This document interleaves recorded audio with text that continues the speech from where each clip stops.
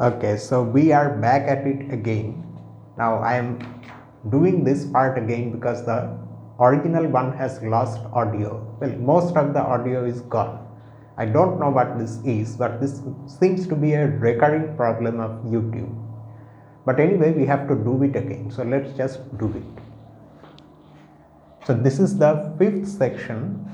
In this section, we are going to see more about roots of polynomials over fields, that is polynomials whose coefficients come from fields.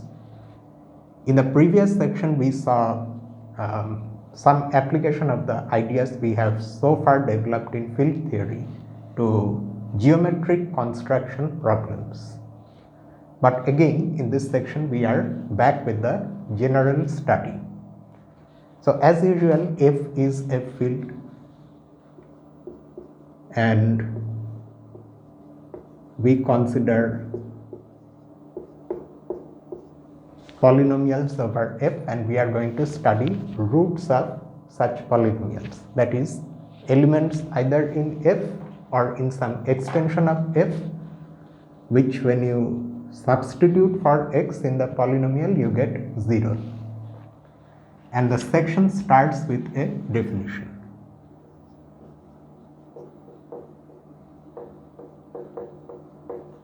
And this definition is a generalization of a notion that we are very well familiar with from calculus, namely the notion of derivatives. If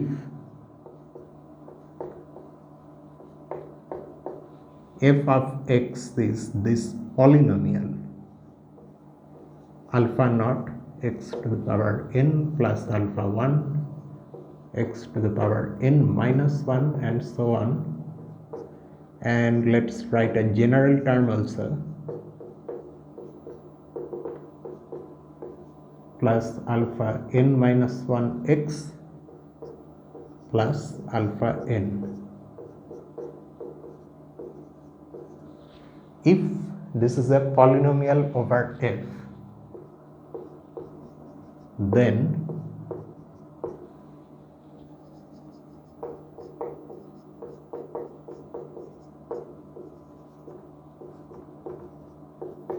the derivative of this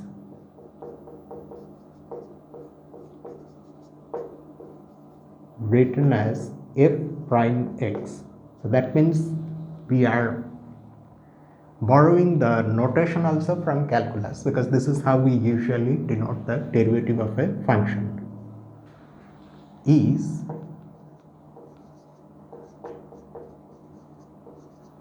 defined to be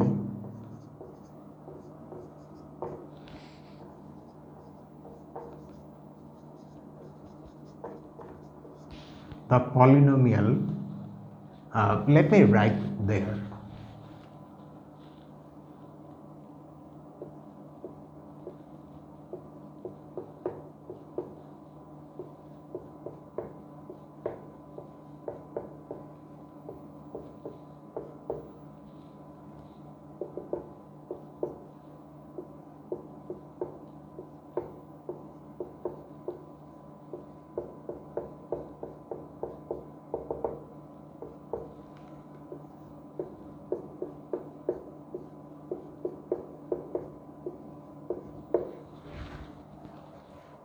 okay. So looking at this, which we are calling the derivative of f of x, you can see that this is just what you would get if you differentiate this polynomial without thinking of it as a ring element, okay, as if this is a simple polynomial function over the field of real numbers, like the kind of thing you consider in calculus, and without thinking of anything you just use the formulas for differentiating functions to this polynomial, then you would get just simply this.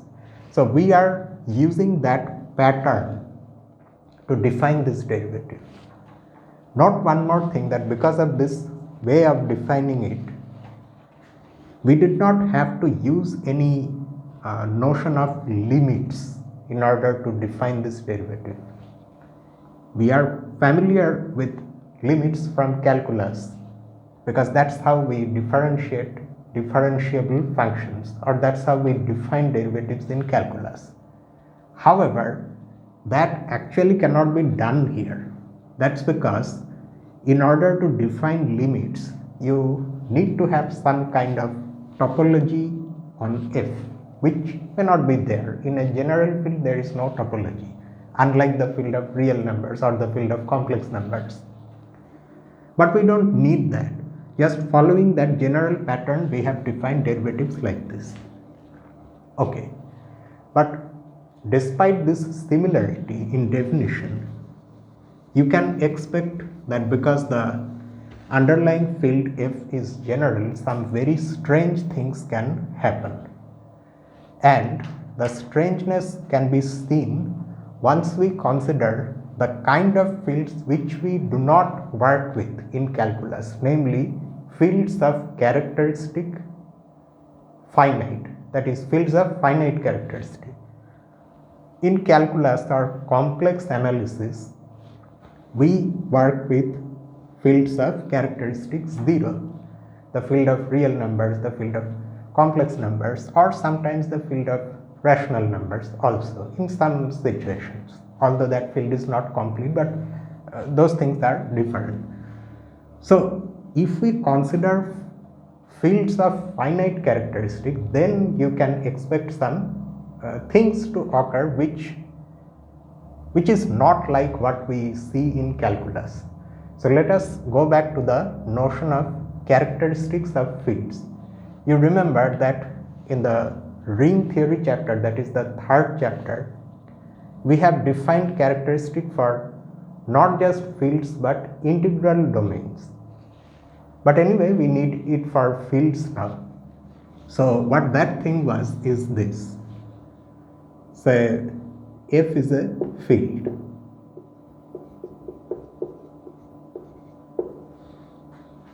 If MA is non-zero for all non-zero elements in F and all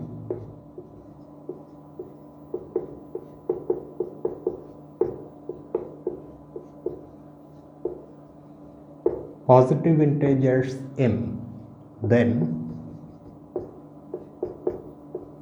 f is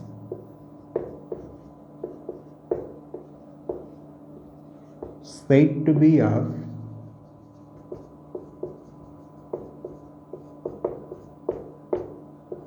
characteristic 0, and the familiar fields, the field of rational numbers, real numbers, complex numbers, these are all fields of characteristic 0, and we work with these fields, okay, in calculus, in analysis. But there are some other fields also. So what we have here is that if whenever you choose a non-zero element from the field and you take any positive integer m, you form this product MA and find that that is non-zero, then the field is of characteristic 0. What is if this is not the case? Then that means that you will have MA equal to 0 for at least one non-zero A and at least one positive integer m. Otherwise,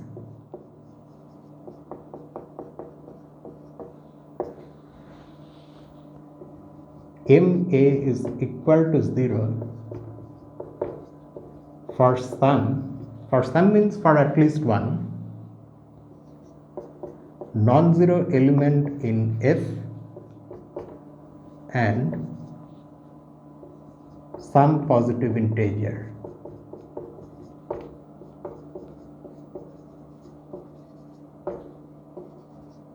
n. And in that case, we have already proved in ring theory that there exists then a positive integer by which if you multiply any element of the field, you will get 0. Not just that particular A, but in fact any A. In F, if you multiply by such an M, you get 0. Okay, so you get this.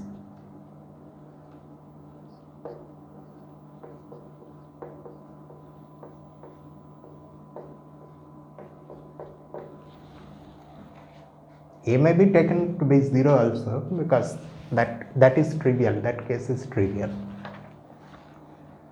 So if such a positive integer m exists, then such a smallest positive integer also exists, because the set of positive integers has that thing called the well ordering property, that any non-empty subset has a smallest element.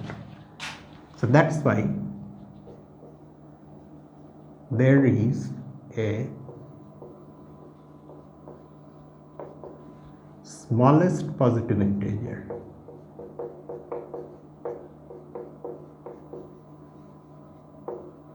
p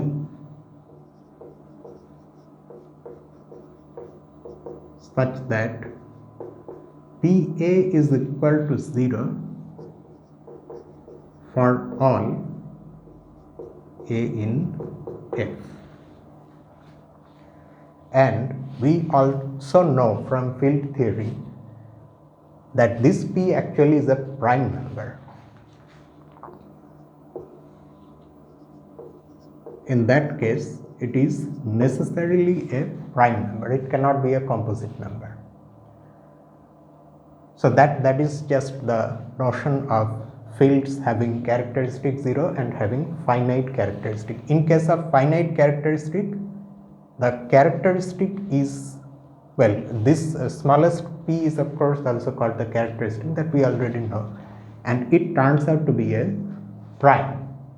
So let us now consider a field whose characteristic is a prime number,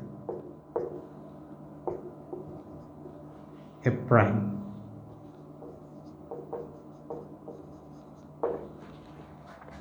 Alright. Now you consider this particular polynomial x to the power p over such a field f. Obviously this is a non-zero polynomial because all the coefficients are not 0. For example, the coefficient of x to the power p is 1.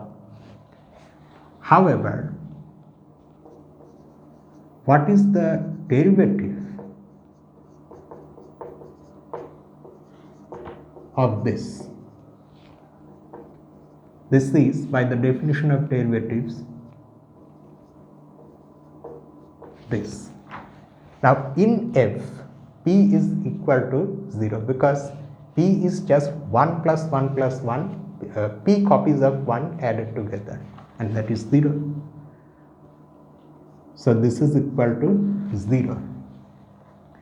So this is where we deviate from our usual things in calculus, because in calculus we have learned that whenever the derivative of a polynomial, in fact any differentiable function, is 0, then the function needs to be constant, but that is not the case here. Okay, so such things can happen when the field is not the kind of field that we are familiar with from calculus.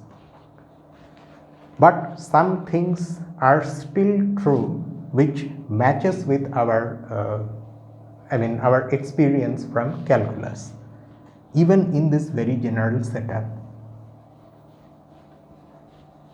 And in this strange setup where f is a field of characteristic p, we can describe polynomials which have 0 derivative. It just it becomes something else. It looks like this, that if f is like this and fx is a polynomial such that fx is equal to 0, then instead of it becoming a constant, this is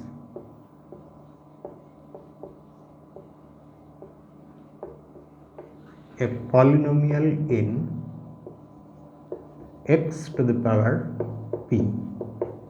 In other words, for some polynomial g, f of x will be equal to g of x to the power p. We will prove this in one of the exercises, and it is actually exercise 2. But if you go back to fields of characteristics 0, that means the field of real numbers, complex numbers or rational, then this thing that if derivative is 0, then the polynomial needs to be constant, that is restored, that is true. But keep in mind that besides q, r and c, there are other fields also of characteristic 0. So in those fields also, in spite of them being in some other respect quite different from complex numbers, real numbers, but they are still that familiar result from calculus is true, and that we will see in exercise 1. But let us now see some elementary properties of this derivative of polynomials in this setup, which are exactly like how we know them from calculus. So that is this first lemma of this section.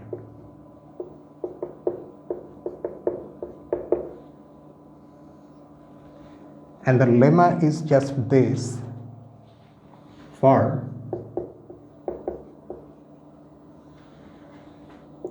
any polynomials fx and gx and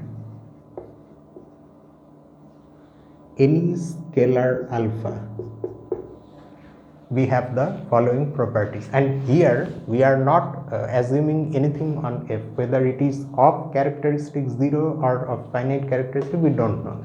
It may be any, it is any field. Okay.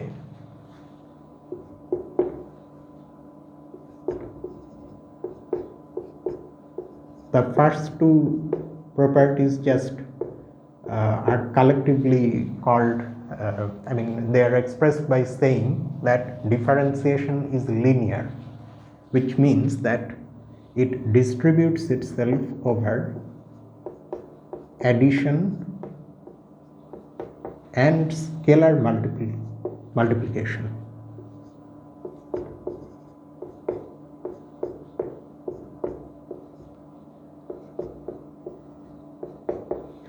And there is this third one, which is very useful. We use it every now and then in calculus, the product rule. We also use it so much that we remember it very well. That is, differentiate one of the two at a time, keeping the other one as it is.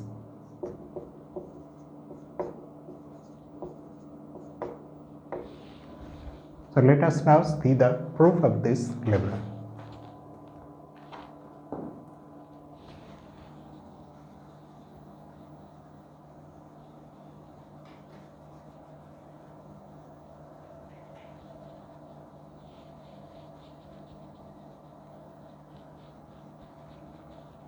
Parts 1 and 2 have been left out from the text, saying that they are very easy, but they of course appear in the exercises where we prove them. In fact, we have proved them. So let us instead see part 3.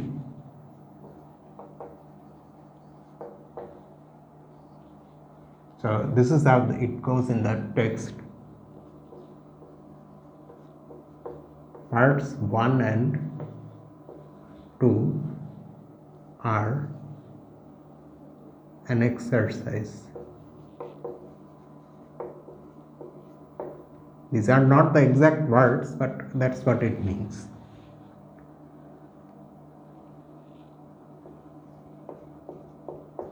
It's enough to prove part 3 when f of x is of this form x to the power I and gx also has a similar form x to the power j due to parts 1 and 2. Exactly how that we will see, okay, but let us first handle this case. In this case,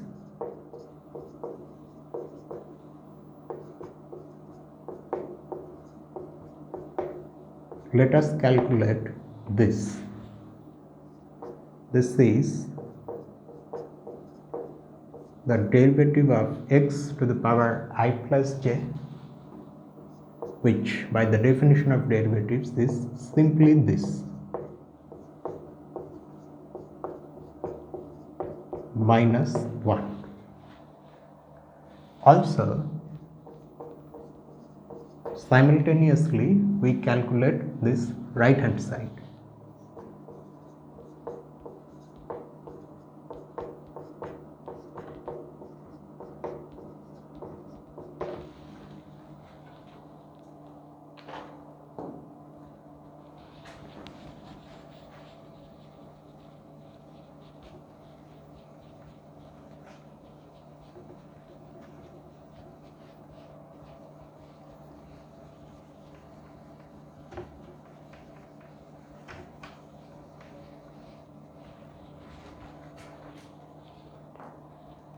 So f of x is just simply x to the power I, and differentiating g of x we get j times x to the power j plus 1. Similarly, here differentiating f we get, well, we should not perhaps say differentiating f because that is something we use when we are differentiating functions, actual functions in calculus, but these are not functions. You see, there is a difference. These are simply polynomials as elements coming from the polynomial ring. Okay, these are ring elements to which we are associating some other polynomials. Those we are calling their derivatives. I mean, my point is simply this: we should not get so used to calculating with these things like how we do in calculus that we forget everything and start doing calculus, because then we will sooner or later make mistakes.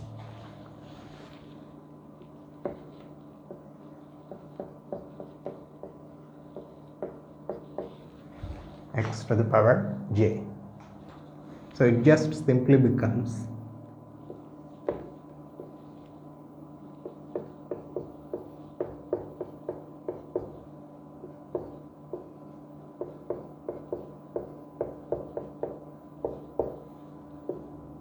so this is I plus j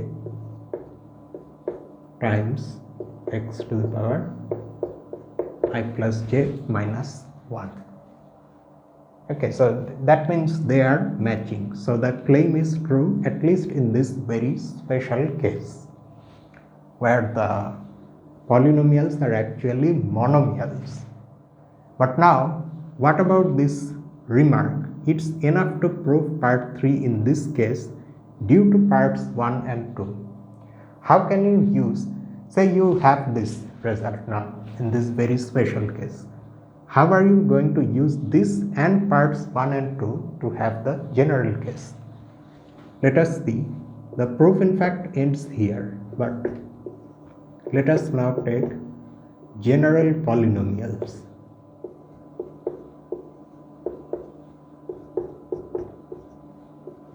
Where n is some non-negative integer and ai, of course, for each I varying in this range, an element in the field F.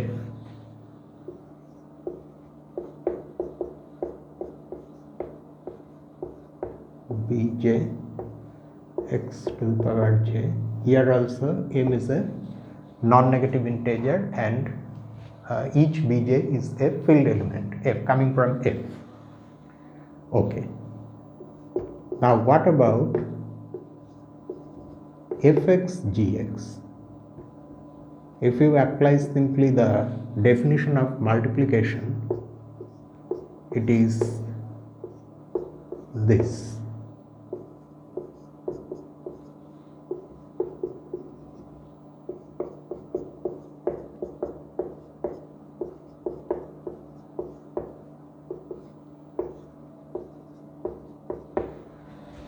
That is, essentially we just multiply the two polynomials like how we multiply them, and then we collect like terms. That is, we collect the coefficients of the same power of x, and that is why here we collect all those ai bj where I plus j is k, because when you multiply this term with this term, ai and bj get multiplied, and the two powers of x give us x to the power I plus j.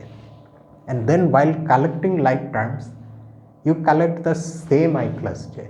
Okay, so if I plus j is equal to k for some k, you collect those ai bj's. So that's why you have a sum, and that becomes the coefficient of this x to the power k. And k of course varies from 0. It will start from 0, but it can go up to n plus m. And that you will get for the highest degree terms, an, bn. So that's why the product looks like this. Now on this, if you apply the derivative, all right,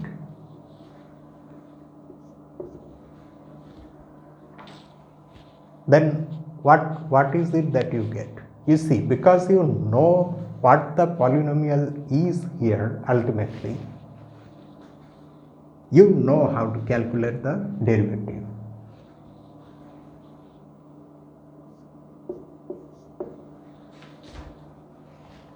And that derivative will simply be what?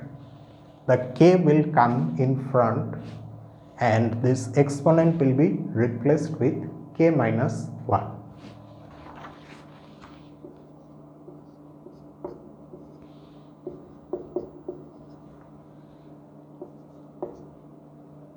And here of course you have that sum coefficient x to the power k minus 1. However, you need to be a little careful, because k equal to 0 does not make any sense here. K has to start from 1. This problem did not arise in the actual definition of derivatives, because there we did not use the summation notation. On the other hand, if you differentiate f and then multiply it with g, and then you do the calculation, you will see that you are precisely getting this. And in making the link, you have to use this case, because you see, in a sense, actually, although here you see the polynomial and you use the original definition of derivatives, but actually you are differentiating simply x to the power k. Why? And that's where parts 1 and 2 are used.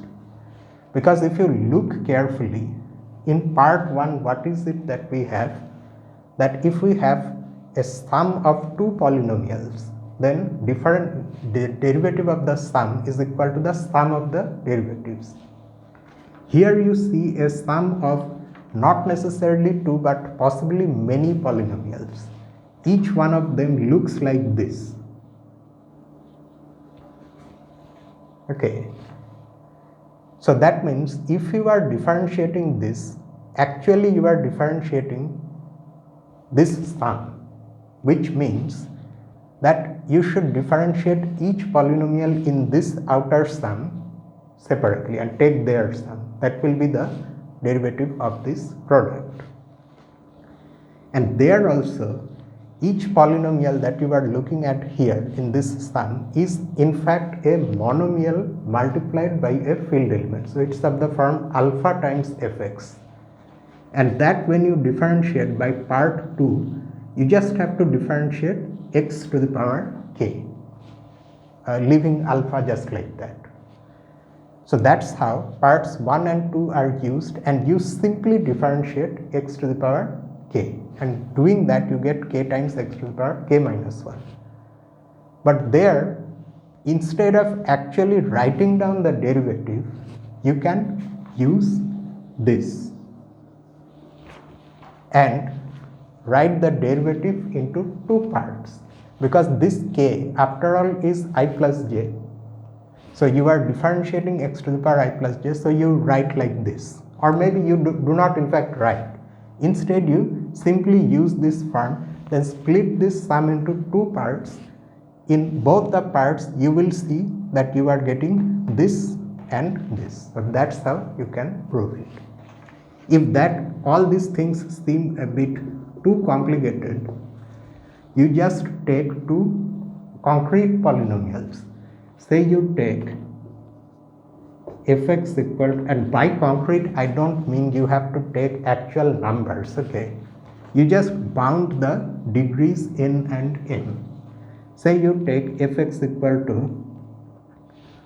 exactly how are we taking a naught plus a1x plus a2x square, and for g you take a cubic polynomial, say. Okay, so there bj's will go like this: b0, b1, b2 and b3, and there you apply this technique, that is you differentiate the product but not using the definition. Here we have used the definition, but without using the definition you apply properties 1 and 2.